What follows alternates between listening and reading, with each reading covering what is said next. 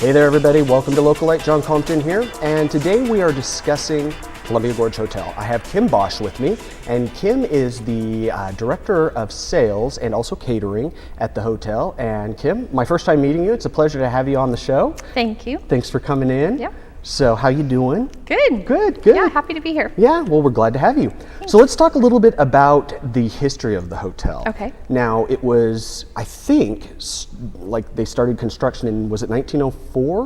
1904, it was actually the Hotel Wagwin Gwyn, and that was the first hotel. Before that, it was actually like a mill. In that same location. Really? I didn't know that. Yeah, they made staves, wood staves that made whiskey barrels, and then they would ship them east from there. So yeah, first it was the mill, and it was called Phelps Mill for the creek that runs through it. And then because of the beautiful location, Mr. Rand purchased the property and built Hotel Wagwin Gwyn. All right, so Wagwin Gwyn, that also is the falls there, That right? is the falls, and right. it means rushing water, Rushing or something, water. which seems pretty logical. It's a beautiful rushing waterfall. Exactly. And then in 1920s, early 20s? 21. Okay, that the gentleman that really kind of brought it into what you see today, and that was Simon Benson. Simon Benson, right. And he was a timber tycoon, and he was also really involved in the building of the Columbia Gorge Highway, the scenic highway. And so he built the hotel. He actually built the Hotel Wagwin Gwyn and then tore it down shortly after he purchased it, and then started erecting it was actually called the Hotel Benson to start with. And it took just under a year to build it. And he had the Italian stonemasons that worked on the highway actually came, and we have many today stone walkways and walls and bridges that were built by the Italian masons that built the same highway. And you said a year? It was built in a year? Yeah, it was actually a little less than a year.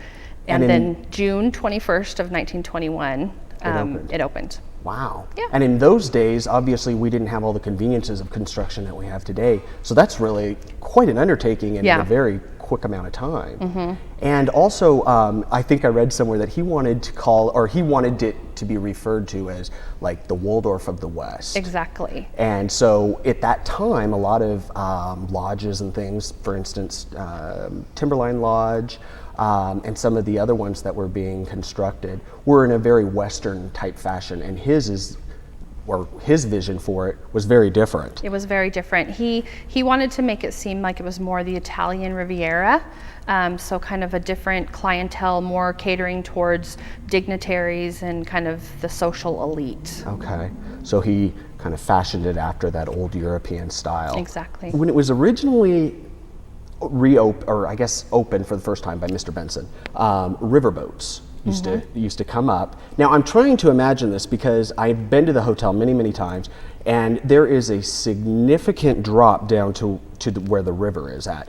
So how were these people deboarding the boat, getting up there, the preparation for their arrival? The steamboat captains would toot their horns for how many passengers they actually had on the boat, and the maids would listen for it, and then that's how many rooms they would prepare on how many guests they knew. So that's kind of how they knew how many people were coming.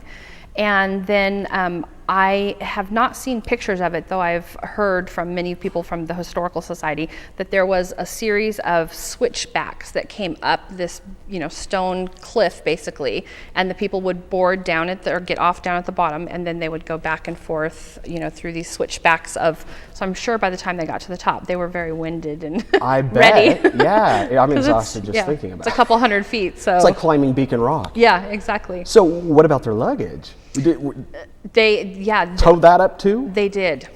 Yeah, wow. I'm sure that they had people on the boats that, that helped out with that. But assisted there.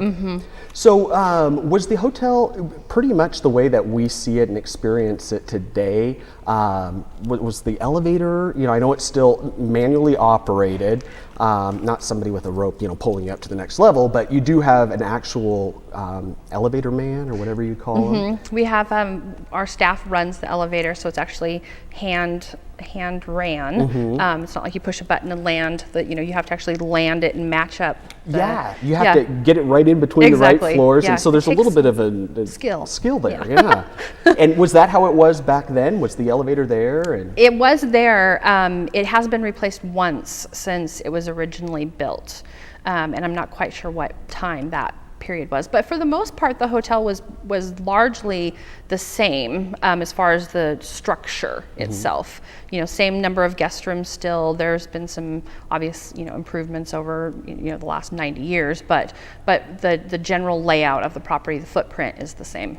Was the landscaping as extensive as it is? I mean, it's famous for its landscaping. Was it like that back then? It was. Really? And that's one of the things that really drew people there, were the lush gardens and the stonework, that's all over the property. Okay. The lights, the Christmas lights. The Christmas lights. The extensive Christmas lights. We'll talk about the future of the hotel in one of the later segments, but those lights, when did those come into play?